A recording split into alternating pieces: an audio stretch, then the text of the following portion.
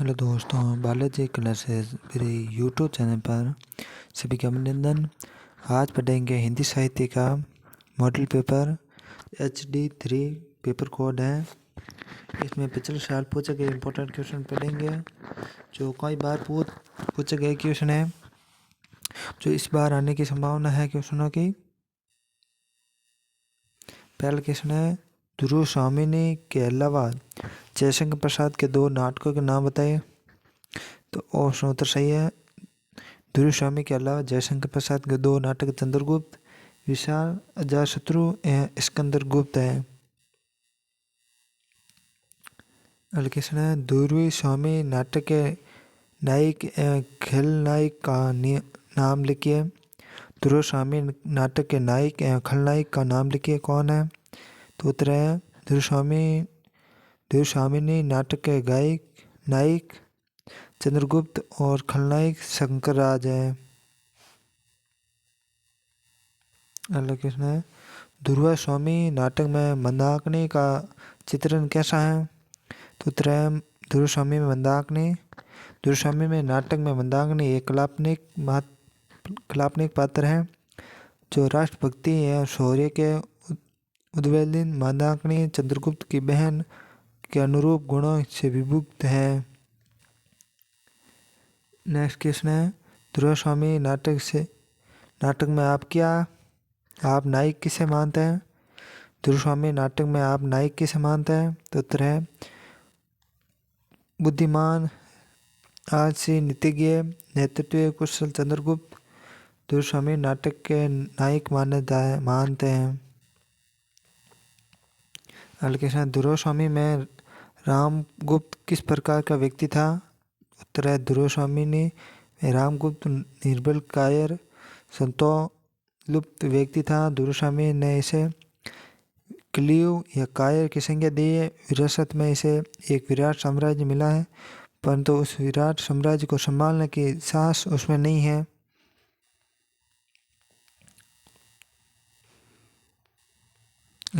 कलाघर का उपनाम किसका है?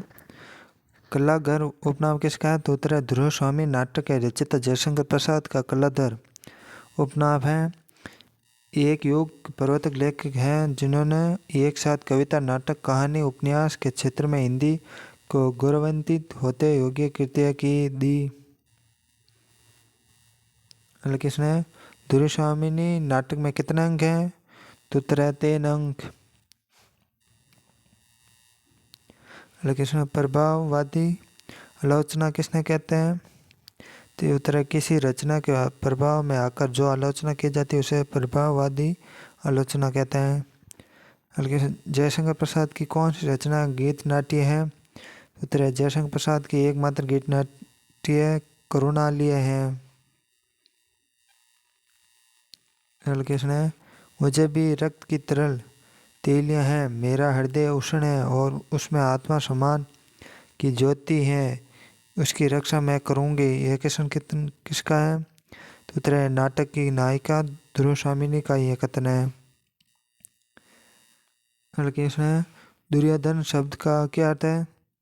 दुर्योधन अर्थात मर्यादाहीन, निष्ठा पूर्वक युद्ध करने वाला। अगला क्वेश्चन है, ध्रुव स्वामिनी नाटक के प्रमुख पात्र के नाम लिखिए। तो उत्तर चंद्रगुप्त है, ध्रुव स्वामिनी, रामगुप्त, शिखर स्वामी, शंकरराज, मंदाकिनी, कोमा आदि। अगला क्वेश्चन है, प्रसाद स्कूल से क्या तात्पर्य है? प्रसाद स्कूल से तात्पर्य है प्रसाद काल की कथा विधाओं के क्षेत्र में काव्य, नाटक, प्रवृत्ति समन्वित समंत रचना के लिए प्रसाद स्कूल शब्दावली का प्रयोग किया गया है। इसे ही प्रसाद स्कूल की संज्ञा दी गई है। प्रसाद स्कूल के कथाकार जयचंद्र कुमार, शिवपूजन साय, शिवमंगल सिंह, सुमन आदि हैं। अगला क्वेश्चन है, लघु और दीर्घ उत्तरीय प्रश्न है। ध्रुव स्वामी नाटक के मूल संवेदना स्पष्ट करते हुए उसके केंद्रीय पात्र ध्रुव स्वामी का चरित्र विशेषता अथवा ध्रुव स्वामी का चरित्र विस्तरण अथवा ध्रुव स्वामी के नाटक के किस पात्र को आपको सर्वाधिक प्रभावित किया, क्यों, स्पष्ट कीजिए।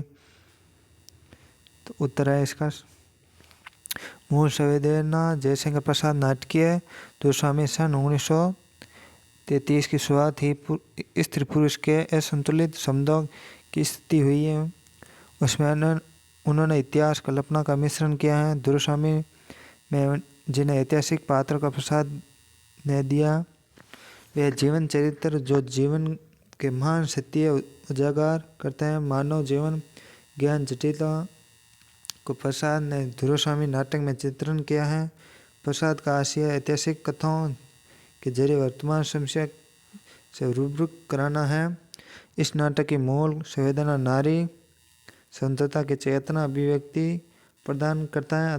प्रसाद ने अपने नाटक में नारी अस्तित्व अधिकार पुनः विवाह की समस्या उठाया है और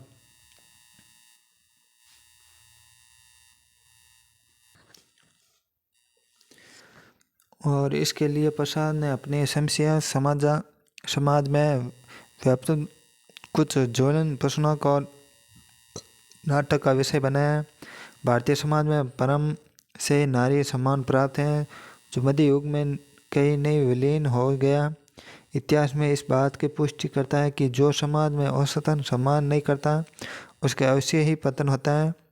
दुर्स्वामी का चित्रण दुर्स्वामिनी प्रस्तुत नाटक में गायिका है। नाटक की संपूर्ण कथा दुर्स्वामिनी की ईद गिर्द घूमती है। वह चंद्रगुप्त से प्रेम करती है। चंद्रगुप्त की वाग्यता पत्नी है, लेकिन चंद्रगुप्त का बड़ा भाई रामगुप्त है उस पर मगध हो जाता है। षड्यंत्र में पूर्वक उसकी शादी कर देता है और मर्यादा एवं स्त्री गरिमा से युक्त रामगुप्त के विवाह से पसंद न होने पर भी वे महादेवी की मर्यादा निर्वहन करती हैं। वे हर प्रकार से समर्थ सुंदर इष्टवादी स्वामिनी मानी, इसलिए रामगुप्त उसके सामने आने से बचता है। यहाँ तक कि पत्नी में कोई संभाषण तक नहीं होता। फिर भी दुर्स्वामी इस विवाह की तथा गुप्त कुल की मर्यादा रक्षा करने की पक्षधर है। न्याय अत्याचार का सामना करने वाली दुर्स्वामी नारी की दुर्दशा के लिए भारतीय धर्मशास्त्रों को दोषी मानते हुए उन्हें नारी की दुर्दशा के लिए उत्तरदायी मानी है। इसका विरोध करती हैं। व्यवहारिक बुद्धिमानी दुर्स्वामिनी व्यवहारिक बुद्धिमती हैं। रामगुप्त को अपने पति के रूप में बनाती हैं।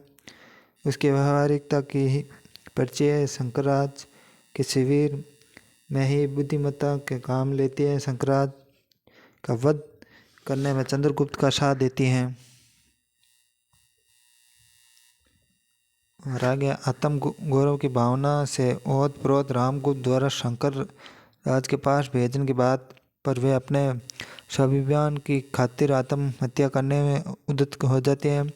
निष्कर्ष यह नाटक दुर्स्वामी का चरित्र नायिका इस तरह विकसित है कि वे कोमल किंतु हर दर्श स्वभावशाली स्त्री हैं। कुल मिलाकर प्रसाद जी ने दुर्स्वामी के रूप में एक अनुकरणीय या प्रश्नानिक नायिका का सर्जन किया। अगला 2 नंबर क्वेश्चन है, दुर्स्वामी नाटक में भारतीय नारी की स्थिति का चित्रण किस प्रकार हुआ है, स्पष्ट कीजिए। अथवा दुर्स्वामी नाटक में भारतीय नारी की स्थिति दिग्दर्शन उदाहरण से स्पष्ट कीजिए। इसका उत्तर है दुर्स्वामी नाटक की संपूर्ण कथा दुर्स्वामी के इर्द गुम घूमती है। नाटक में नायिका पद अधिकांश दुर्स्वामी ही नाटक की प्रमुख सीम से उद्घाटन करती है। नाटक के प्रारंभ में उसे राजविंद विविश नारी के रूप में दिखाया। दुर्स्वामी अपने अनमोल विवाह तो वह उसे पति के रूप में असंतुष्ट है, क्योंकि जबरन विवाह होने के कारण एक तो स्वीकार नहीं कर पा रही है, दूसरा यह कि उसका पति रामगुप्त अयोग्य कार्य विलासी प्रवृत्ति का था। वह न तो पत्नी के प्यार करता था न उसे समान मानता था। नारी मन बड़ा ही कोमल होता है। वह ममता त्याग बलिदान से संपूर्ण होता है। यह प्रेम का अहत सागर अपने अंदर समाहित किया रहती है, चाहे बदले में उसकी कितनी अपेक्षा सम्मान क्यों न करना पड़े। अपने पति शंकरराज के द्वारा कौमा अपेक्षा तिरस्कार प्राप्त करती हैं, लेकिन फिर भी अपने पिता कहने पर उसे नहीं छोड़ पाती है। भारतीय समाज एक पुरुष प्रधान समाज है, जहाँ स्त्री अपनी रक्षा जरूरतों के लिए पुरुष आश्रित रहती है। पुरुष स्त्री के प्रति हमेशा संकुचित सोच के कारण पशुतुल्य आकलता है, उस पर मनमाना शोषण करता है। रामगुप्त अपनी पत्नी को संक्रांत देने के लिए तैयार हो जाता है। दुर्योधन अपनी रक्षा का फैसला लेती हैं। और निष्कर्ष है, दुर्स्वामी नाटक की नायक के चरित्र महादेव से प्रसाद जी ने नारी जीवन प्रमुख समस्या को उजागर किया है। दुर्स्वामी आधुनिक नारी प्रतिनिधि बनकर आई है। उसकी समस्या आधुनिक नारी जगत परंपरा समस्या है। आधुनिक दुर्स्वामी अपनी व्यवहारिक बुद्धि के बल पर चंद्रगुप्त को अपनी वाग्दा और अपने पति द्वारा दिए गए अधिकारों को प्राप्त करने के लिए प्रेरित करती है। रामगुप्त ने मुक्ति पाने पुनः लगन में सफलता प्राप्त करनी उसकी कुशल बुद्धि परिणाम है।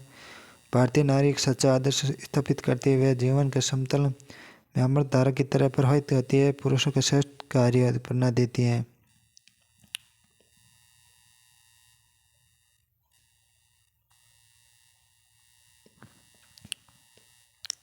जयशंकर प्रसाद की नाटकीय कृतियों की विशेषता उल्लेख कीजिए। जयशंकर प्रसाद की नाट्य शैली बताइए। तो इसका उत्तर है कथा योजना प्रसाद के अधिकार नाटकों कथा नानक भारतीय प्राचीन संस्कृत चेतना पर आधारित है। प्रसाद ने महाभारत काल के अंतिम चरण से लेकर हर्षवर्धन के युग तक की विभिन्न घटनाओं द्वारा अपने नाटकों के कथानक पुनः विषय की दृष्टि से प्रसाद जी ने 3 प्रकार के कथाएं किए। स्वयं प्रसाद ने विशाल नाटक की भूमिका लिखा। भारत मेरी इच्छा भारतीय इतिहास के प्रतिदिश अंशों में उन्हें प्रकार घटना दिगत दर्शन कराने के जिन्होंने हमारी वर्तमान स्थिति बनाने बहुत कुछ प्रयत्न किया है। वस्तु योजना नाटकीय रचनाओं में वस्तु विन्यास बहुत महत्व है। प्रसाद ने नाटकों में घटना का कार्य कारण संबंध स्थापित हुआ है। बाह्य द्वंद आंतरिक द्वंद की अभिव्यक्ति के लिए प्रसाद द्वारा रची परिस्थिति नाटकों को प्रभावित बनाने सफल रही।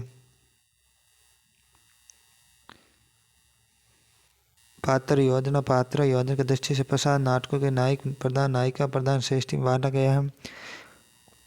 उनके पात्र आदर्शवादी तथा समाज आदर्श की स्थापना गतिशील दिखाई देती हैं। स्वाद योजना प्रसाद स्वादों की भाषा देश काल परिस्थिति वातावरण के अनुकूल है। कहीं उनकी भाषा काव्य में हो जाती है। काव्य भाषा अध्ययन आनंद प्रदान करती है, किंतु रंगमंच पर इस तरह स्वादों की कोई उपयोगिता नहीं है। देश काल में योजना प्रसाद के नाटक ऐतिहासिक होते हुए अपने देश काल वर्णन इत्यादि सफल रहे। भारतीय इतिहास स्वर्ण युग साम्राज्य एकत्रित करते हुए उन्होंने इस युग की सांस्कृतिक धार्मिक आध्यात्मिक राजनीतिक सामाजिक साहित्य प्रवृत्तियों का विज्ञानकुल चित्रण प्रस्तुत किया है।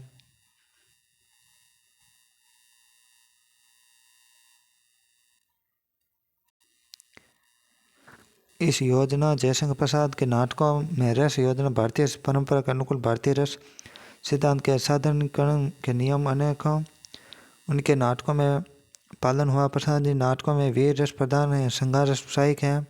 इसके अंतरिक्ष नाटकों में शांत विभक्त भयानक हास्य हुई है। संगीत योजना प्रसाद के नाटकों की विशेषता है उन्होंने नाटक में गायन वादन नृत्य तीनों का संयोजन किया है। गायन नृत्य संयोजन परिस्थिति के अनुकूल हुआ।